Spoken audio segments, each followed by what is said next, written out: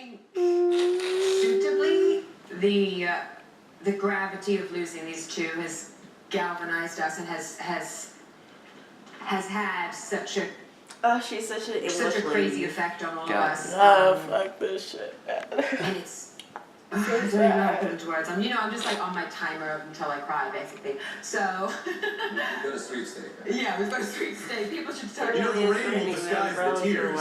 How's it going, my YouTube fam? More specifically, I should say, my Walking Dead crew that, loves to sit here and talk about Walking Dead and do reviews and reactions, all that stuff. I know I'm in that family, so welcome.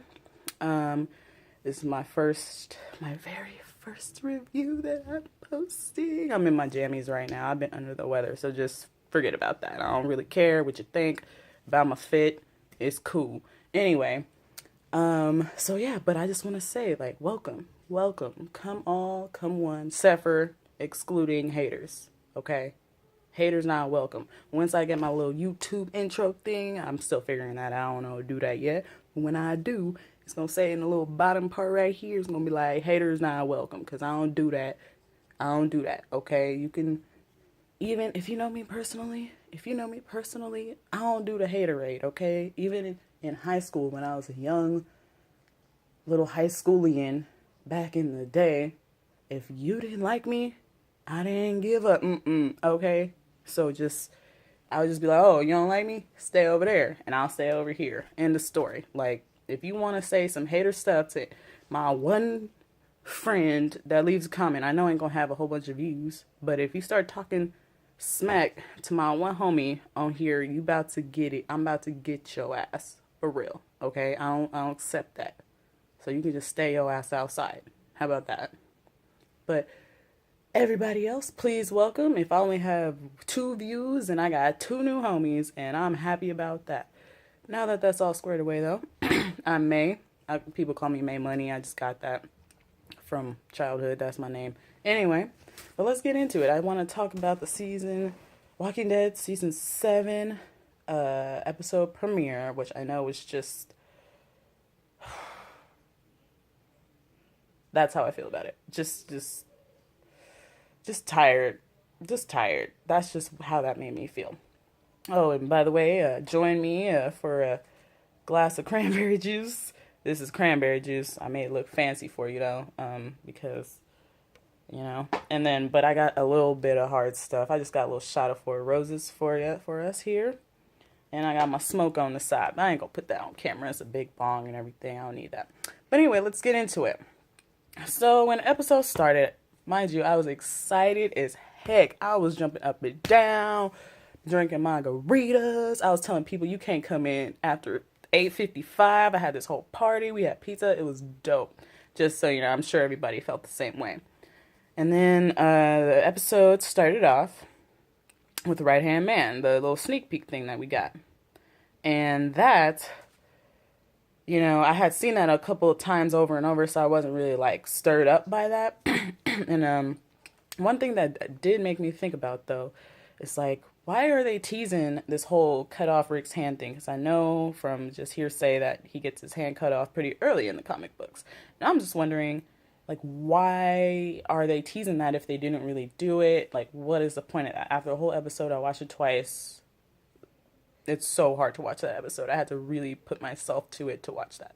Anyway, but and then it made me think, they've been teasing it but I don't think that Negan really needed to do that at that point. He pretty much metaphorically, I think that's the word I'm looking for. He metaphorically did that by taking out Glenn, Abraham, and Daryl. Those were his 3 right-hand men. Now they're all gone. Now Rick has a whole lot of work because he pretty much cut off his right hand. Now he does have a whole lot of work. So I think that's what they were referencing to on that. I don't think they're really going to cut off his hand because he don't need to now. He does have a whole lot of work. And if he actually did cut off his hand, then Rick wouldn't be as productive as he wants him to be because clearly he wants him to work for him. So why are you going to cut off his hand? How is he going to be able to be productive for you? That's kind of just where I went with that. All right, next. I don't want to take too long on this because I know You know, if you're not interested or whatever, you want to turn it off or whatever and go watch a better video. So I'm trying to keep this short and sweet for all of us. So let's go into Rick and Negan a little bit. So this just whole thing just broke my heart because I love Rick and he's a fighter, and I just did not like watching this go down with my homie. Like, for real, it was just so. So this is what I think about this whole sequence. I mean, there's a few points that just kind of stood out to me. So Negan knows that Rick is a fighter. I feel like he sees a little bit of Rick in himself in a way, and he wants that kind of person on his team. So that's why I think that Negan went so far to break him down and get him on his side. Because I mean, if I were an evildoer, I would probably, that was my technique of just like getting minions and cronies, as many as I could. I mean, I would definitely go out of my way. I mean, to get somebody like Rick, like he said, you killed a whole lot of my people. So he's clearly thinking like, well, I mean, he has something good about him. I might, it's kind of a good guy to have on the team. Like, they have a little tiny squad, and they went in and, blasted a whole bunch of them. So, I mean, that's a good right-hand man to have on your side. Negan has a whole bunch of right hands at this point, so why not another? Anyway, he's scary, isn't he? I was just thinking, did he do that to all of those people in his group? Like, beat all their friends, all those 500 people or however many, to, like, did he beat all those people? I mean, there must be some people with animosity towards him in his group. I mean, they're probably scared shitless, and wouldn't do nothing, but there has to be somebody in here that don't fuck with him like that, and they're just kind of keeping it on the low. So what I'm thinking, prediction-wise for me, is that maybe that he took Daryl. I mean, if you have somebody inside of you, on the inside of your squad, smart enough, with people also on the outside that are smart enough to take you down, that's where I see Negan's downfall. That's where I see his only way of really being, defeated, is by pretty much infiltrating him from the inside like a virus, like a zombie virus. You got to infiltrate him from the inside and slowly spread, change people's minds and everything. I mean, that's what I would do. That's kind of where I see it going.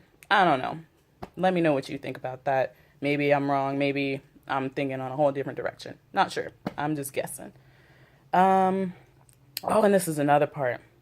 I was just thinking about the part when he was on the RV, on the top of the RV, and he was sitting there laying next to the axe. It was very reminiscent to the tank, what a lot of people have noticed in other videos have mentioned. And he was thinking, and that's the part where he thought back to the actual death scene, which we're getting to next. But it was like, I felt like that was a point under the tank where Rick was like, I don't want to keep fighting. Like, for a second he was thinking, I don't want to keep fighting anymore. Like, I could just die right here. But then he started thinking probably about, his son and everything. And Glenn saved him at that point under the RV. Glenn saved him. So I'm pretty sure at that moment, he probably thought about Glenn saving him. I feel like Glenn saved him again. Gave him the strength to get up. And of course, he was being shot at. But he gave him the strength to get up, get out there, do what he had to do. His fight's not over yet. And I feel like that was just very reminiscent of like what they were doing with the tank in the top of the RV. I feel like they were referencing to that. And also the title of the episode referred to season 1 too, I think, with Dr. Jekyll, and then he was like, the time will come where you won't be happy or won't be grateful that I let you out. And I think they're just kind of like throwing us back to season 1 for a second on that, even with the whole dumbass thing like back in season 6. So I think they're really just kind of flashing you back to kind of like starting Rick over, like Rick 2.0, maybe Rick 3.0. We could give him Rick 3.0. But yeah, they're just kind of like, I feel like that's what they were alluding to with that. Let me know what you think about that as well. So let's get to the nitty gritty and the gory and the just the horribleness of this episode. Let's not dwell too long. And I'm going to start with Glenn first. The reason why I say that is because I kind of saw Glenn coming. I mean, I that was my prediction. I knew, and not because of the comic book hearsay. I could see that they were pointing at him, like when he, lost his kill virginity. He went from like 1 to 10 in like a, one setting. He broke his kill virginity. He saw the portraits on the wall. Duh, I mean, why? Like, they don't do stuff on that show for no reason. Like, they clearly symbolize and hint at things. That was very obvious. But the next one I'm going to say is not so obvious. When Maggie and him were in the shower, and he was washing his hair. You might have to go back. She was, like, scrubbing his hair, shampooing it, and Johnny Cash was saying, oh, something I was broken into a million little pieces, like, right at that point. Why would you do that? Why is that necessary? Why would we have to see them in the shower? And if I'm not mistaken, that was the last time they saw each other, or maybe one of the last times, So, that also was very just kind of obvious to me. And, and the third one, that was just like set in stone, and I didn't realize this one till later, when he was talking to Daryl in the woods right before they got captured in the episode East. I think it was East. They all go out, and I think both the hair washing and this was in the episode of East, but I'm not quite sure. But they're talking, and he's like trying to convince Daryl, just go home, let's figure it out at home, which he was right. Definitely should have done that. But he goes, it's going to go wrong out here. And that, is exactly what happened. Sure enough, I don't know, maybe a day later, they're Abraham and Glenn are dead. Oh, spoiler alert. Anyway, but let's go to Abraham. Oh, and just so you know, you guys, I loved Glenn. I really did. I loved Glenn. I thought he was a great character. He was there for so long. He felt like part of my family. But I wasn't shocked initially, but just the whole scene, that's when I really got shocked. That's when I was just like, whoa, this is just, like, it really emotionally just made me tired, and just like I can't even describe it. Afterwards, I was just speechless of this episode. Abraham. Let's talk about Abraham, because, I, at the time, really liked Abraham kind of more than I liked, not more than I liked Glenn, but I was paying attention more to Abraham at the time, just because I just liked where they were going with his story arc. He was in a lot of different episodes, doing a lot of different things, he was getting the Gestapo with Eugene, and just like he always has the one-liners. And I liked Abraham. I don't know why he was so overlooked as a character. Like, oh, I don't care if Abraham dies. Like, what? Okay, well then how about somebody say, I don't care you die? Like, okay, that's pretty fucked up. I thought Abraham was a cool character. And what I loved about it is how he went out. 1 second. Kids are hella loud downstairs. My nieces and nephews. Oh my God, it's awful. Anyway, so yeah. So where was I? Oh yeah. He was in the line, and everybody was just so beaten and broken down. But he was the only one like, take me. Take me. If you're gonna do this to anybody, just let it be me. I'll take it for the team. Like dude said. He's gonna take one for the team. But and I just appreciated that. And he went out like the strong fighter that he was. He did not betray his character for a second. And that's what I really liked about Abraham. That's why I liked his character. I liked his development. And he was always just kind of like a chipper part of the show through all the depression and all the tomfoolery that be going down. Here, I'm a spark this little bowl real quick. I'll pass it over.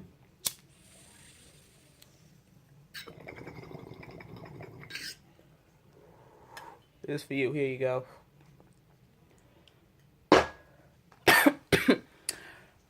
So, now I just loved it, and I was devastated. I didn't think they were going to do Abraham like that, because I thought I would have liked to see more from his character. I wasn't ready for him to just be gone, so that was what surprised me. I was like, for real? For real?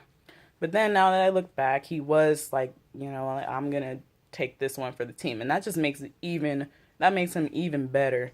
But I'm just sad that he's gone, because I was just like, dang. Like, Glenn, I'm sad that he's gone too. I was like, dang. I'm sad that they're both gone. They were both awesome characters, awesome actors, and I'm just sad that they're gone. All right, we have 14:30. We're going to wrap it up. So let's talk about Maggie. Let's talk about Maggie and the aftermath of this whole thing. Because I know everybody was like, oh, Maggie. Oh, I feel so bad for Maggie.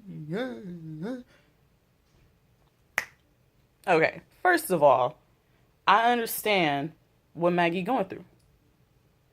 But what she need to understand is everybody is going through the same shit. There were a couple of other people, minus two, standing there with you, and you acting like you the only one that just watched that brutality happen. Like, girl, you need to calm down and let people help and stop acting like that. Like, I would have fucking knocked her out. Just be like, get her in the car, we out. Like, I'm done with being here. Grab the homies, let's go. Because for real, like, you ain't special at this point. Like, you're not the only person that lost somebody that they love. So, and I get where she's coming from with the baby and Glenn and everything. And maybe she feels mad at Daryl for what happened to Glenn. I don't know. But I just, like, I mean, I felt for her and she still was making me cry. And I love Lauren Conrad and everything. But, I mean, I feel like everybody else was sitting there watching that shit too. If I was sitting there watching that shit, I would have been devastated equally. Like, that's horrible. Especially, and like, think about, oh yeah. But, and I get it. The baby and Glenn, I get it. Like, squash. Like, let's move on. I want to talk about Maggie and Sasha together. I want to point this out. So Maggie lost Herschel, Glenn, and Beth. Sasha lost Bob, Tyrese, and Abraham. They left, so Beth and Tyrese are both siblings of these two characters, Maggie and Sasha. And they died, like, pretty much simultaneously, or not simultaneously, but consecutive episodes. Like, Beth died first, and then the next episode, Tyrese was dead. So they have this, like, parallel going on between them. That's what I really like. Like, I like Sasha and the Maggie, like, they both have lost. And then, of course, Glenn and Abraham, they both went down at the same time. Those are their lovers. So, you know, like, I feel for Sasha, too. You know, why don't people feel for Sasha? What the fuck? Like, she done lost the same amount of people, same amount of loved ones. Like, what the fuck? I feel for all these fools, man. I feel for Eugene and Rosita. Like, that fool was trying to make her look at that fool's brains and blood on the bat. You got me fucked up. And that's why Daryl got up and knocked his ass, tried to knock him into next week, because, you know, he deserved that shit. Set it straight. That's rude. Like, you already doing too much. Just calm it down. And that's why, you know, and I also feel like either way, somebody was going to die second, because Rosita wasn't really following orders either when he was telling her to look at the bat. And I feel like Daryl was defending her, and inadvertently, and I know Daryl feels a whole bunch of guilt, but, like, you know, either way, I feel like somebody else would have probably died, you know? Anyway, we'll move on. But I do like that Maggie and Sasha parallel. I think that's very interesting. I think there's definitely going to be a lot of character development for Carl. I feel like they're moving him in a whole new direction. I mean, like, just think about how much he's gone through. He's going to become a really interesting character, I feel like. I mean, why would they do all this, like losing his eye, if they're just going to, like, leave it? And Walking Dead doesn't do one little thing for no reason. People are like, oh, you know, the episodes are slow and stuff. It's just like, if you're not really paying attention, it's going to be slow because you're missing a whole bunch of information that your ass missed. So you got to watch it. You have to watch it again and maybe one more time to really understand what happened before and what's going to happen next. And, like, you're not even going to know why that was there until it happens, and you're like, oh, that's why they did that random thing that I thought was just random and stupid. So just think about what you have to say before you say it. This isn't the type of show that you can just watch once and then review, because it just doesn't work like that. And my after feelings of the whole episode. First of all, I was just emotionally just done. I was actually done at the whole Rick cutting off the Carl hand thing. I was just done. I didn't want to watch any more of it. I just felt so tired and just like, is this over yet? Like, I don't know if that was the 90-minute episode or if it was just the regular. It just felt so long just because of the way I felt. And I just wanted it to be over. And I'm glad they didn't cut off Carl's hand, because I just would have, I would have been so tired. I probably would have got even sicker. I mean, I got sick the next day. They done fucked up my immune system. Okay? So I was just like, okay, let's go on to Talking Dead. I need some cake. I need a shot of 4 roses. I need a bowl. I guess I better drink cranberry juice. I gotta get better. I need...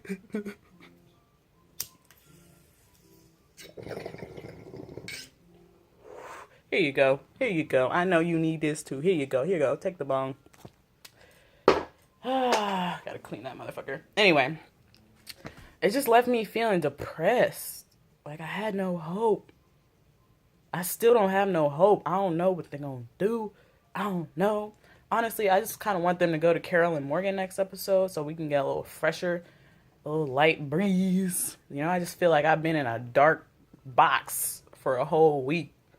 I don't know, like sensory deprivation. That was just too kind of like, I loved the episode. I loved it. It was so good, but it really, and the reason why I loved it because of the way it made me feel, like it elicits emotions out of me that are just like, whoa, you know, like just watching a regular ass TV show and I'm like, whoa, this ain't no regular shit. Like this is really making me my heart pound and like sweat and like tears. I was sobbing. Like I like stuff that makes me feel like that. Like the heartbeat. Oh, you start breathing hard. You got chills. Like that's an exciting feeling. Like I don't want to just watch something and I'm just like,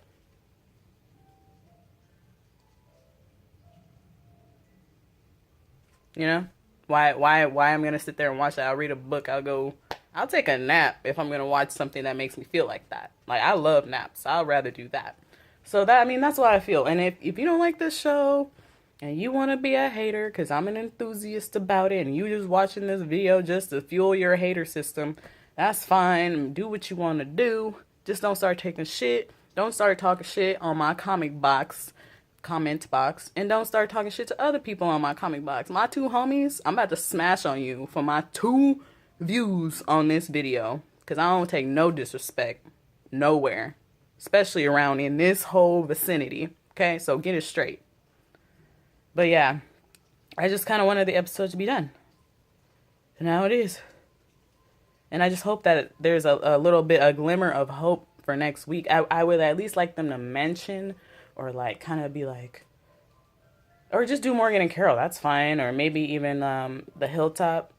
Maybe they get to the hilltop and like, you know, at some hope. Give us some light, please, because I can't watch this shit every week. I'm going to be sick every week from emotional just turmoil. So just cool it off a little bit. I wouldn't mind. Make it interesting. Develop the story. I'm ready for fresh and new.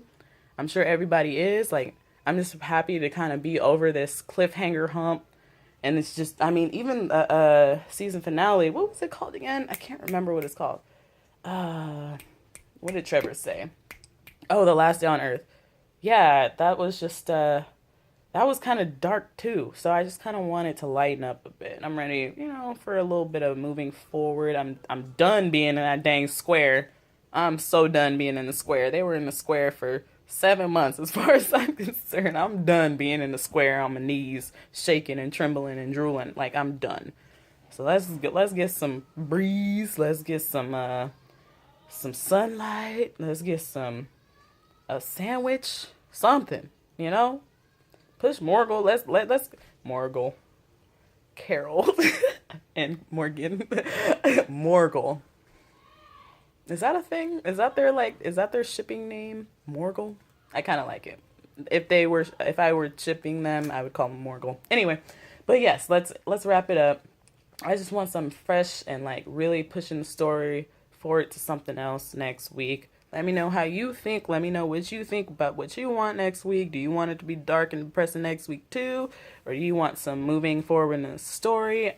Let me take my last little sip of my 4 roses with you. Please remember to, I don't know, you ain't got to do none of that. Just, you know, I kind of want to talk to people about it if you even see this. So my 2 friends, or my 5 friends, or my 1 friend, or my no friend. If you don't want to be my friend, that's cool. I got a couple of friends. I got like 3 friends. You know, we gonna be cool. I just want to join the community with you guys, and I hope to be able to improve on my video quality. I'm still learning how to use all the stuff. It's taking me this long, so I mean, I'm sure you know what I'm going through. It's just my first time, so thank you for being here with me for my first review video, my first reaction video. It's maybe I'll post it in the link down below if you want to watch that. It's okay. I definitely wanted more. My friend kind of cut it off on me on getting a little video thing that to post like in the thing. You know what I mean? Like here, like if you want to post the video while you're watching it, you like, and then the video's right here. If anybody knows how to do that, please let me know, because I don't know how to do that. I want to get a little YouTube intro and like stuff. I want to be cool. I want to be cool like you guys. So help me out. Let me know what's up. I will definitely be seeing you next week. I figured out some stuff and I'm still working on it. So thanks for watching. Cheers. Hold on, let me finish up. Here, I'm gonna hit the bomb one time. I'll pass you one more time.